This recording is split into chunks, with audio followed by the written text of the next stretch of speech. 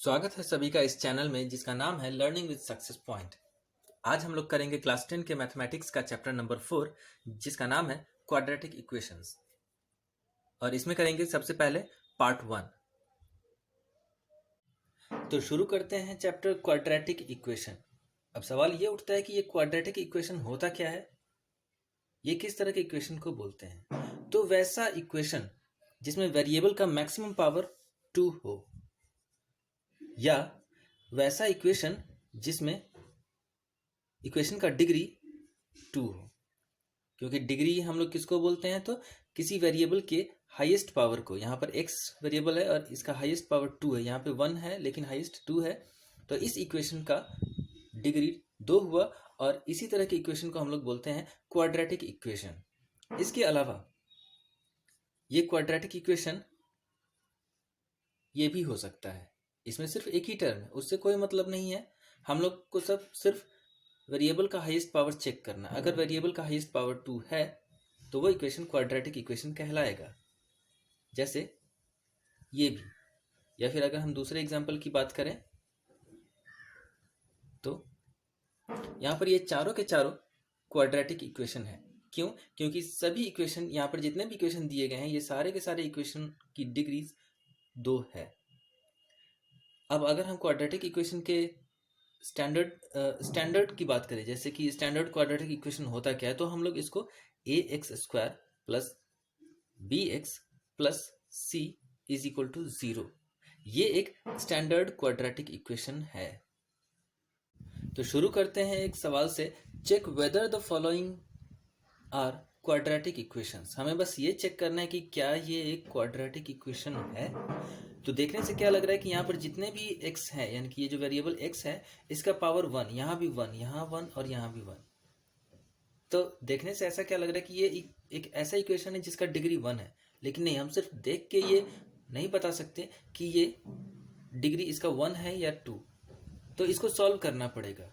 यानी कि सॉल्व कैसे करेंगे? सिंपली इसको ब्रैकेट खोलेंगे और लाइक टर्म्स को कंबाइन करेंगे।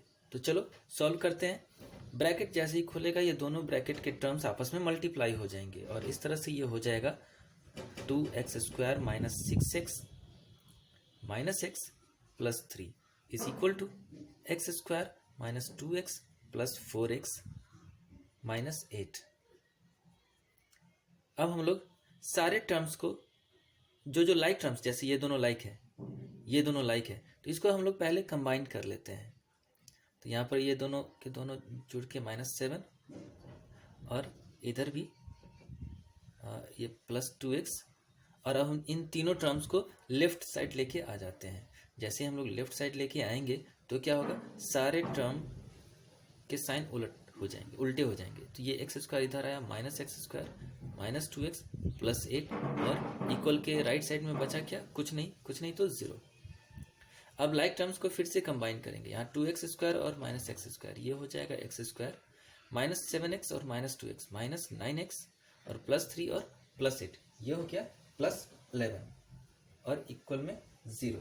तो यहाँ पर हम लोग क्या देख रहे हैं कि उस शुरू में जब हम लोग सिर्फ देख के इसको चेक कर रहे थे तो सबका, सारे वेरिएबल्स के पावर हमको 1 दिख रहे थे।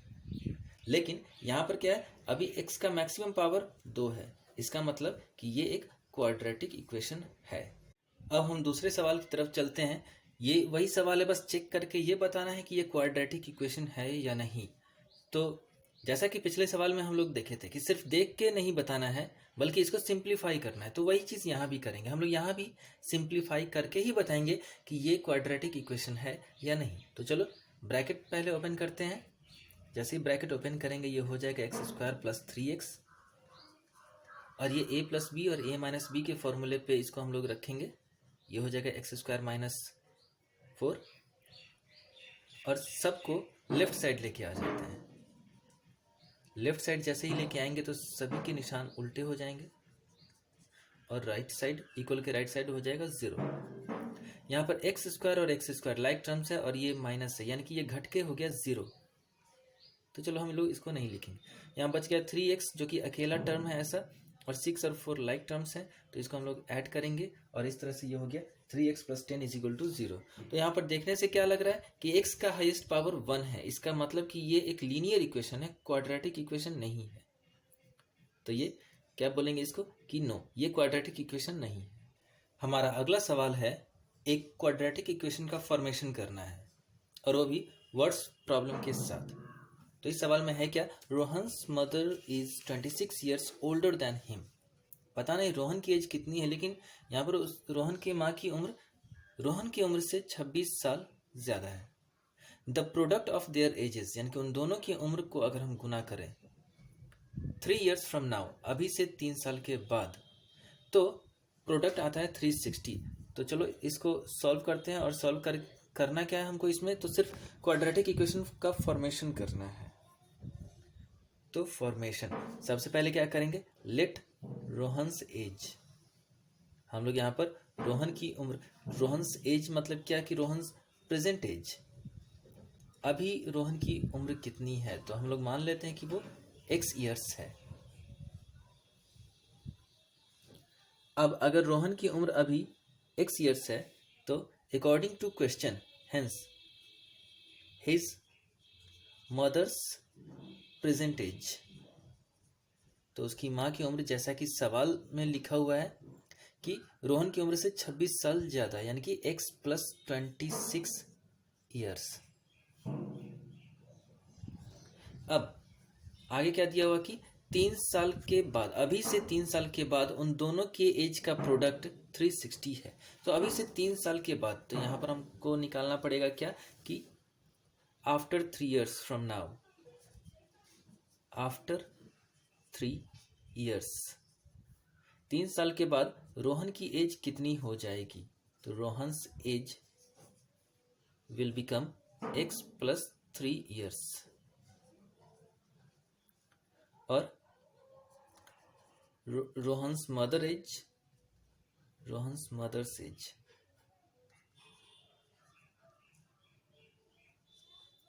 इसके उम्र में भी 3 जोड़ देंगे। और इसका उम्र पहले से क्या था, रोहन की माँ की उम्र x + 26, और इसमें हम लोग फिर से 3 जोड़ेंगे। तो ये 3 जोड़ने के बाद कितना हो गया, x + 29 ईयर्स। अब सवाल में क्या बोला गया था कि 3 साल के बाद इन दोनों की उम्रों का प्रोडक्ट 360 आता है। तो फ्रॉम क्वेश्चन क्या होगा कि दोनों के एज को मल्टीप्लाई करेंगे तो ये आ जाएगा कितना, 360। ये हो गया हमारा इक्वेशन। बस अब हमें इसे सिंप्लीफाई करना है, और हमको सिंप्लीफाई करके करना क्या है, तो सिर्फ क्वाड्रेटिक इक्वेशन का फॉर्मेशन करना है। इसको पूरा कंप्लीट सॉल्व नहीं करना है, रोहन का एज पता नहीं करना है, और ना ही उसकी माँ का एज पता करना है। हमें बस सिर्फ करना क्या है, क्वाड्रेटिक इक्वेशन का फॉर्मेशन करना है। लाइक टर्म्स को ऐड कर देंगे। यहाँ पर ये हो गया 32x और +87, और ये 360 को हम लोग लेफ्ट साइड लेके आ जाएंगे, तो इक्वल के दूसरी तरफ बच जाएगा 0।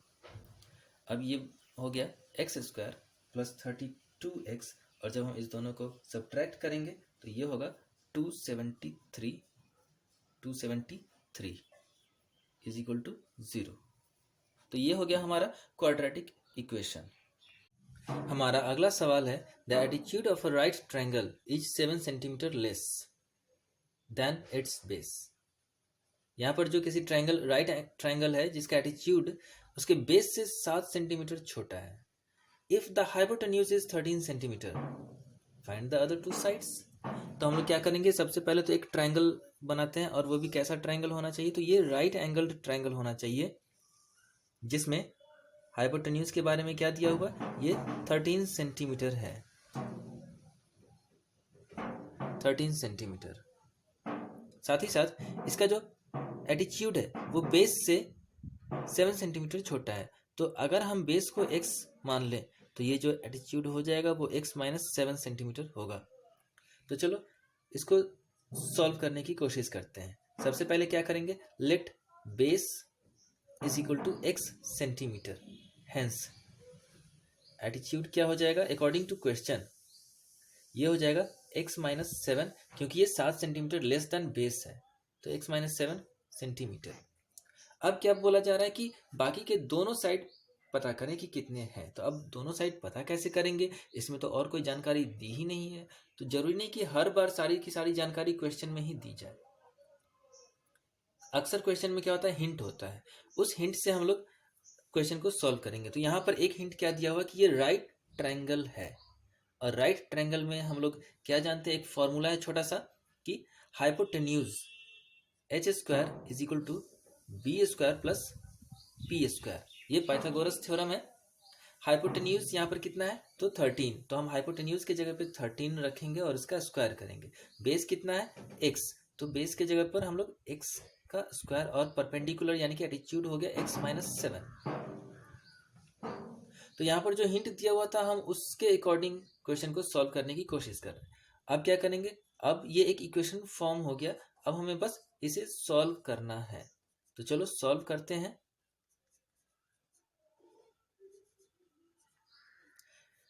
अब लाइक टर्म्स को ऐड करेंगे, 169 is equal to 2x square minus 14x plus 49। Next step में ये 169 को हम लोग राइट साइड ले जाएंगे, और जैसे ये राइट साइड आएगा तो क्या होगा, ये माइनस में हो जाएगा।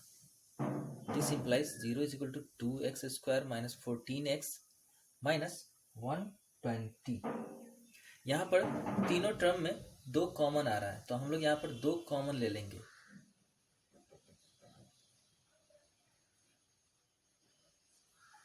अब क्या करेंगे, इस 2 को हम राइट साइड लेफ्ट साइड भेजेंगे। जैसे ये मल्टीप्लाई में, जैसे ही ये लेफ्ट साइड आया तो ये हो जाएगा 0/2, और इस तरह से ये राइट साइड में हो जाएगा x square minus 7x minus 60। अब इसको हम लोग थोड़ा सा इधर सॉल्व कर लेते हैं। यहाँ पर ये हो गया x square minus 7x minus 60 is equal to 0। अब यहाँ पर हमारा कांस्टेंट टर्म है माइनस 60, और माइनस 60 को हम लोग फैक्टराइज करेंगे इस तरह से, और कि 2 नंबर उसमें से लेंगे तो मल्टीप्लाई करने पर माइनस 60 आए, और जोड़ने या घटाने पर माइनस 7 आना चाहिए। तो चलो हम लोग 60 को पहले फैक्टराइज करते हैं कि इसका फैक्टराइजेशन 1, कौन कौन से फैक्टर्स होंगे इसमें, 3, इसके अलावा 4 भी, 5, 6, 10, 12, 15 के अलावा इसमें 20, 30 एंड 60। अब इतने फैक्टर्स में से हमें सिर्फ 2 ऐसे फैक्टर्स को चूज करने हैं जिसको मल्टीप्लाई करने पर 60 आए और जोड़ने या घटाने पर माइनस 7 आने चाहिए। तो हम लोग यहाँ पर एक फैक्टर 5 और दूसरा फैक्टर 12 चुनेंगे, ताकि 12 5 जा 60 भी हो गया, और 12 में से 5 गया तो 7 भी हो गया। तो इस तरह से जब हम माइनस 7 के बदले में माइनस 12x प्लस 5x और माइनस 60 ये करें, तो अब तो ये सिंपल फैक्टराइजेशन हो गया। अब हम लोग इसको फैक्टराइज कर सकते हैं। तो इन दोनों टर्म में से हम लोग x कॉमन लेंगे, और ये हो गया x माइनस 12, और यहाँ पर हम लोग 5 कॉमन लेंगे, ये हो गया x माइनस 12। अब मेरे पास फिर से 2 टर्म है, और इन दोनों टर्म में हमारे पास x माइनस 12 कॉमन आ रहा है, तो x यहाँ पर हम लोग क्या करेंगे, x माइनस 12 को कॉमन लेते हैं। जैसे ही हम लोग x माइनस 12 को कॉमन लेंगे तो यहाँ बचा x और इधर 5, ये हो गया 0। अब इस सवाल को हम लोग इधर सॉल्व करते हैं। तो यहाँ पर जैसे कि हमारे पास 2 फैक्टर आ गया, 2 फैक्टर में है क्या, तो एक है x माइनस 12 और दूसरा है x प्लस 5। तो या तो x माइनस 12 0 होगा या x प्लस 5 0 होगा। अब इसको हम लोग सिंप्लीफाई करें तो x इज इक्वल टू 12 और x is equal to minus 5। हमारे पास 2 आंसर आया। तो अब 2 आंसर आया तो हमारा आंसर होगा क्या, मतलब कि बाकी दोनों साइड्स निकालने हैं। तो अगर हम यहाँ पर ध्यान इस बात का देना है कि हमें निकालना क्या है, find the other 2 sides, sides निकालना है, यानी कि साइड्स की लंबाई निकालनी है। और दुनिया के किसी भी ट्रायंगल का साइड नेगेटिव में नहीं आ सकता। तो यहाँ पर हम लोग क्या लिखेंगे कि side of a triangle can never be negative.